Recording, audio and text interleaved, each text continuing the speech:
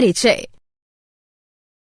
मेरे दादाजी का स्वास्थ्य इन दिनों अच्छा नहीं चल रहा। क्या उन्हें कोई गंभीर समस्या है?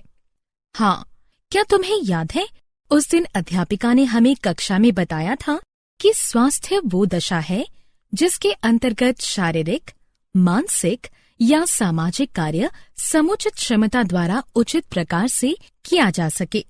मेरे दादाजी बूढ़े होते जा रहे हैं तथा इसलिए वो शारीरिक रूप से भी कमजोर होते जा रहे हैं। हाँ, मुझे अच्छी तरह से याद है कि अध्यापिका ने हमें ये भी बताया था कि सभी जीवों का स्वास्थ्य उनके पर्यावरण पर निर्भर करता है। पर्यावरण के अंदर भौतिक वातावरण शामिल है। उदाहरण के लिए, एक चक्रवात या बाढ़ आने पर कई मायनों में स्वास्थ्य खतरे में होता है। अंकिता, क्या तुम जानती हो कि यहाँ तक कि सामान्य पर्यावरणीय दशाओं में जब हमारे आसपास नियमित रूप से साफ सफाई या स्वच्छता नहीं रहती, तब अनेकों रोग फैलते हैं। उदाहरण, मलेरिया, डायरिया आदि। हाँ, मैंने कई बार देखा है कि जब सफाई वाला मेरी कॉलोनी में नहीं आता है तो वहाँ कचरे का भारी ढेर लग जाता है तथा पानी भी भर जाता है, जिससे कि कई बैक्टीरिया, कवक, मक्खियाँ तथा मच्छर पैदा होते हैं, जिससे कि विभिन्न प्रकार के खतरनाक रोग उत्पन्न होते हैं। एक और चीज जो कि अच्छे स्वास्थ्य को नियंत्रित करती है वो संतुलित आहार है। ये कारण है कि मेरी मम्मी तथा दादी हमेशा हमें नियमित अच्छा भोजन खाने को कहती हैं। उद्देश्य। इस पाठ के अंत में आप निम्न करने में सक्षम हो जाएंगे: स्वास्थ्य तथा रोग को परिभाषित करना, रोग के प्रकारों को पहचानना, तीव्र यानी प्रचंड तथा दीर्घकालिक रोगों यानी बीमारियों को जानना, जन्मजात तथा अधिग्रहित रोगों यानी बीमारियों को जानना, संक्रामक तथा असंक्रामक रोगों में अंतर समझना, विभिन्न रोगों के लक्षणों को पहचानना, उपचार के नियमों को पहचानना, रोग यानी बीमारी के निवारण के लिए सिद्धांतों को पहचानना, टीकाकरण को जानना। रोग। क्या तुम जानती हो कि जब हम अस्वस्थ होते हैं तो हमें एक या अधिक रोग होते हैं? रोग, ये क्या होता है? मैंने पढ़ा है कि रोगों का सामान्य अर्थ है बाधित आराम।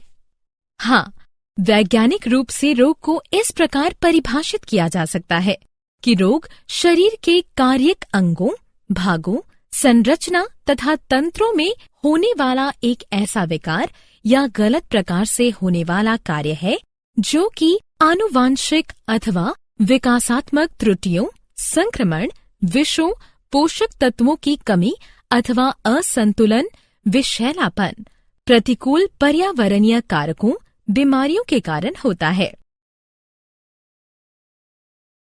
रोगों के प्रकार। क्या तुम मुझे बता सकती हो कि कुल कितने प्रकार के रोग होते हैं? हाँ, मानव रोगों को 4 श्रेणियों में वर्गीकृत किया गया है: तीव्र यानी प्रचंड, दीर्घकालिक, जन्मजात तथा अधिग्रहित। तीव्र यानी प्रचंड रोग। हाँ, मैं जानती हूँ कि तीव्र यानी प्रचंड रोग वे रोग होते हैं जिनका प्रभाव शीघ्र होने लगता है तथा वे शरीर को जल्दी प्रभावित करते हैं। उदाहरण, इन्फ्लुएंजा। दीर्घकालिक रोग। दीर्घकालिक रोग वे होते हैं जिनके लक्षण महीनों या वर्षों में खत्म होते हैं। उदाहरण, हाथी पांव या क्षय रोग आदि।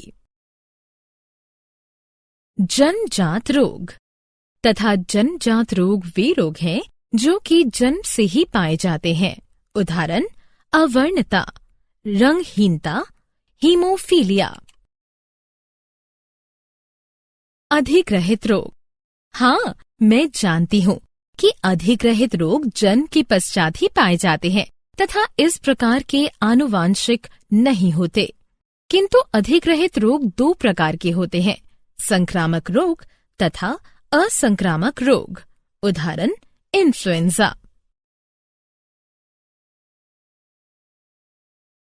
संक्रामक तथा असंक्रामक रोगों में अंतर। अंकिता, क्या तुम मुझे संक्रामक तथा असंक्रामक रोगों में अंतर बता सकती हो? हाँ, संक्रामक रोग एक संक्रामक पीड़ित यानी मनुष्य से स्वस्थ मनुष्य में प्रेषित यानी संचारित हो सकते हैं, जबकि असंक्रामक रोग प्रेषित यानी संचारित नहीं हो सकते। संक्रामक रोग सूक्ष्म जीवों, जिन्हें रोगजनक कहते हैं, द्वारा संचरित होते हैं। पोषक तत्वों या हार्मोनों की कमी अथवा ऊतकों का क्षय या ट्यूमर अथवा शरीर की अति संवेदनशीलता असंक्रामक रोगों के कारण होते हैं। रोगों के लक्षण। अंकिता, मैं तुम्हें बताना चाहती हूँ कि रोगों के लक्षण 2 प्रकार के होते हैं, अंग यानी ऊतक विशिष्ट अभिव्यक्ति तथा सामान्य अभिव्यक्ति। उपचार के नियम। ठीक है माधुरी, मैं भी तुम्हें बताना चाहती हूँ कि विभिन्न रोगों के उपचार के नियम इस प्रकार हैं, लक्षण आधारित तथा रोगाणु आधारित।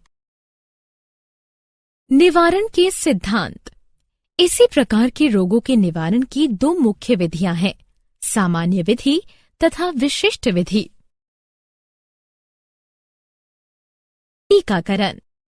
मुझे चेचक, गलसुआ यानी कनपड़ा तथा खसरा, रुबेला के टीके लग चुके हैं।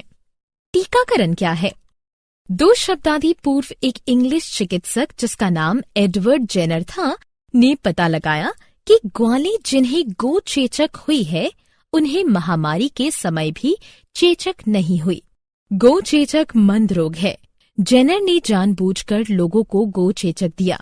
इससे उन्होंने पाया कि अब वे लोग चेचक के प्रतिरोधी हैं। इसका कारण ये है कि चेचक का बैक्टीरिया गोचेचक में वायरस विषाणु का निकट संबंधी है। लैटिन में काउ यानी गाय का अर्थ है वाका तथा काउपॉक्स यानी गौचेचक का अर्थ है वैक्सीनिया। इन 2 शब्दों से ही टीकाकरण यानी वैक्सीनेशन शब्द की खोज हुई है। इस प्रकार हम कह सकते हैं कि टीकाकरण एक व्यक्ति के एक रोग की अनुकूली प्रतिरक्षा विकसित करने के लिए प्रतिरक्षा प्रणाली का उत्तेजित करने हेतु प्रतिजनी यानी टीका का प्रशासन है। सारांश। आइए हमने जो कुछ सीखा है उसे संक्षेप में दोहराएं। स्वास्थ्य व्यक्ति की शारीरिक, मानसिक तथा सामाजिक जीवन की एक समग्र समन्वयित अवस्था है।